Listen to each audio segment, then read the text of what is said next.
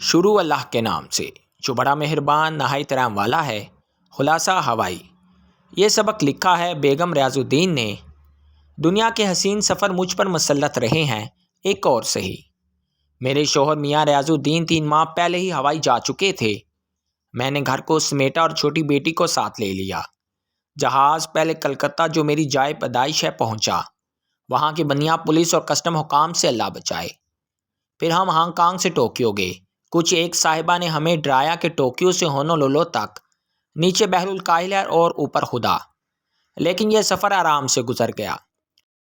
جزیرہ ہوائی میں مہمانوں کا استقبال پھولوں سے کیا جاتا ہے، مگر ہم میاں کو ایئرپورٹ پر نہ پا کر ٹیکسی میں بیٹھ کر ہائی لائنز ہاسٹل پہنچے۔ اچانک کار میں سے انجان لڑکیوں نے اتر کر ہمارے گلے میں ہار ڈال دیے۔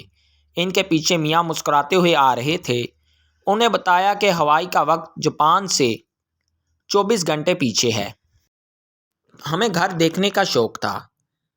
گھر رات کو نہ دکھانے کی وجہ بعد میں سمجھ آئی کہ گھر گند سے بھرا تھا۔ میاں کے دفتر جانے کے بعد ہم نے گھر کی صفائی کی اور دوپہر کا کھانا ہاسٹل میں کھایا۔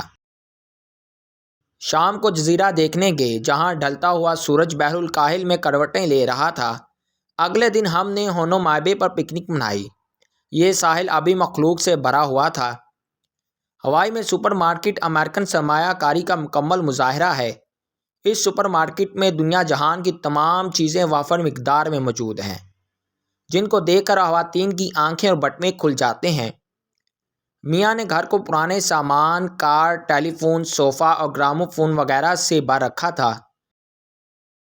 میں 2-3 دن کا کھانا پکا کر فریج میں رکھ دیتی اور پھر ہم کار میں جو 1857 کا ماڈل تھی بیٹھ کر سیر پر نکل جاتے۔ ہوائی میں موجود ایسٹ ویسٹ سینٹر میں اسکالرز مرکز کے ہرچے پر آتے ہیں اور اپنے تاثرات قلم بند کرتے ہیں۔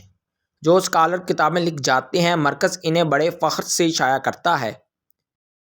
اس مرکز کا جاپانی باغ دیکھنے سے تعلق رکھتا ہے۔ اس مرکز کی اہم خوبی بین الاقوامی طلباء کا آپس میں رابطہ ہے۔